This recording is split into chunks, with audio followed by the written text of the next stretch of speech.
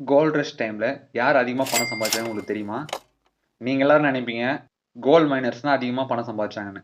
But அதான் இல்லை. யார் இதில் அதிகமாக பணம் சம்பாதிச்சாங்கன்னா one who sell shovels, foods and cloths. Gold miners அவங்களுக்கு தங்கம் கிடைக்குன்னு வெறும் நம்பிக்கையில் அவங்க வாழ்க்கையை ரிஸ்கில் போட்டாங்க. பட் ஸ்மார்ட் ஆண்டர்பிரினர்ஸ் அவங்களுக்கு தேவையான பொருட்களை விற்று பணம் சம்பாதிச்சாங்க. இன்னும் சில கோல்ட் மைனர்ஸ் வெறும் கையோட தான் திரும்பி போனாங்க.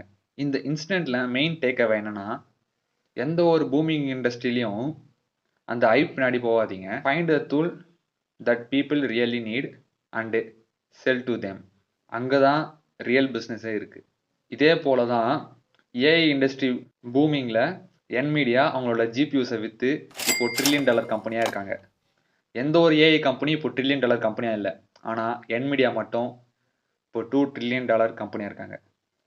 இதுக்கு காரணம் அவங்க கோல்ட் ரஷ்டில் கோல்டை மைன் பண்ணல, அதுக்கு பதிலாக அவங்க ஷெவலை விற்றாங்க. இந்த மாதிரி அமேசிங்கான வீடியோவை பார்க்க என்னை மறக்காமல் ஃபாலோ பண்ணிக்கோங்க.